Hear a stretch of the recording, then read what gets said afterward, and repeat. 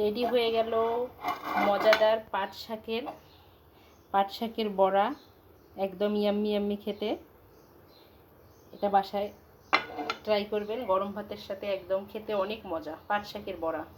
আসসালামু আলাইকুম সবাইকে, আমি মেস রান্নাঘর থেকে বলতেছি। আপনারা সবাই কেমন আছেন? আশা করি ভালো আছেন। আমি আজকে বানাবো পাট শাকের বড়া। তো আমি পাট শাকটা এভাবে ছিঁড়ে নিয়েছি, ডাঁটাটা নিইনি, শুধু পাতাটা নিয়েছি। আর এটাকে আমি ভালো করে ধুয়ে নিয়েছি। এখন আমি এটাকে কুচি করে নেব। আপনারা চাইলে আস্তেও বড়া বানাইতে পারেন, বড়া অথবা পাকোড়া বলা হয়, তো আমি বড়াই বলতেছি।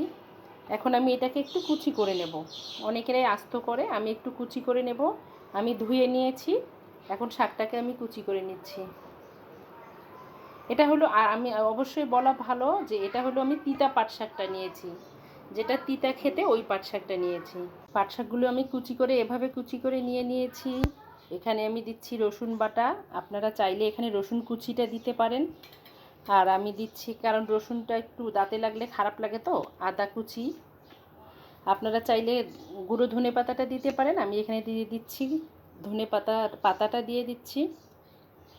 আর আমি এখানে কাঁচামরিচ দিয়ে দিচ্ছি, একদম ঝালওয়ালা কাঁচামরিচ নিয়েছি আমি এখানে 3টা, কুচি দিয়ে দিলাম। এখানে আমি পেঁয়াজ কুচি দিয়ে দিচ্ছি। পেঁয়াজ কুচি এখানে আমি 2টা বড় সাইজের পেঁয়াজ কেটে নিয়েছি, দিয়ে দিলাম। আমি এখানে দিয়ে দেব আতপ চালের গুঁড়ি আছে, যে আতপ চালের গুঁড়ি দিয়ে দিচ্ছি 2 চামচের মতো। আর আমি কর্নফ্লাওয়ারটা দিয়ে দেব। কর্নফ্লাওয়ারটা দিয়েছি 2 টেবিল চামচের মতো। কর্নফ্লাওয়ারটা দিলে হবে একদম ক্রিপসি ক্রিপসি হবে, খুব সুন্দর লাগবে খেতে, মুসমুসে। আর আমি এখানে দিয়ে দিচ্ছি স্বাদ মতো লবণ। আপনারা আপনাদের স্বাদ মতো লবণ দিয়ে দেবেন। আমি আর একটু কারণ ভেজে নেওয়ার পর বড়ার ঝাল একটু কমে যায়, আমি আর একটু দিয়ে দিচ্ছি লাল মরিচের গুঁড়া। আমি একটু দিয়ে দেব জিরা গুঁড়া। আর একটু দিয়ে দিচ্ছি আমি গোলমরিচের গুঁড়া, কারণ বড়াতে এগুলো দিলে বেশি ভালো লাগে। আর কালার হওয়ার জন্য আমি একটু দিয়ে দিচ্ছি হলুদের গুঁড়া। ব্যাস, এটাকে আমি এখন ভালো করে মেখে নেব হাত দিয়ে।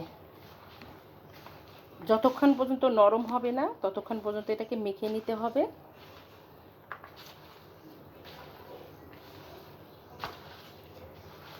এভাবে শাকটাকে একদম সুন্দর করে মোলায়েম করে নিতে হবে মেখে, তাহলে বড়াটা খুব সুন্দর হবে খেতে, মুচমুচে হবে একদম।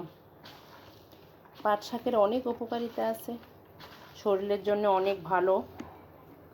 আমি এভাবে ভালো করে মেখে নেব এখন আরও।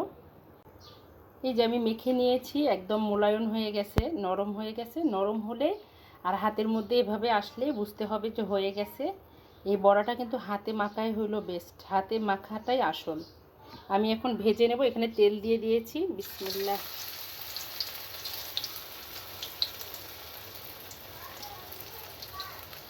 আমি এইভাবে সবগুলো দিয়ে দেব একে একে।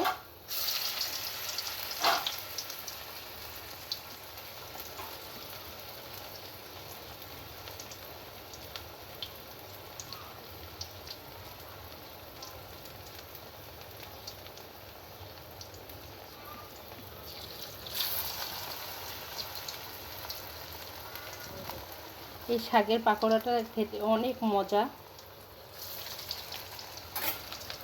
আমি এখন উল্টাই দিচ্ছি। এটা হয়ে গেছে এক পাশ, এটা আর এক পাশে আমি উল্টাই দিচ্ছি। এই যে আমি এইভাবে বড়াগুলো ভেজে নিচ্ছি, হয়ে গেছে। পেঁয়াজটা যখন লাল হয়ে আসবে তখন বুঝতে হবে যে বড়াটা হয়ে গেছে, নইলে ভেতরে কাঁচা থাকবে।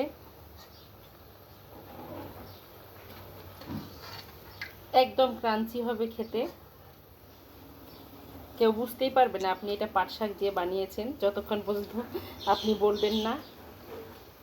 আমি বাকি বড়াগুলো এভাবেই ভেজে নেব। এই যে হয়ে গেছে আমার বাকি বড়াগুলো, আমি এখন নামিয়ে নিচ্ছি এগুলো। এই বড়াটা ভাতের সাথে খেতে খুবই মজা লাগে। আপনারা চাইলে এটাকে সস দিয়ে খেতে পারেন, তবে ভাতের সাথে খেতে খুবই মজা, বাঙালিদের প্রিয় একটি খাবার।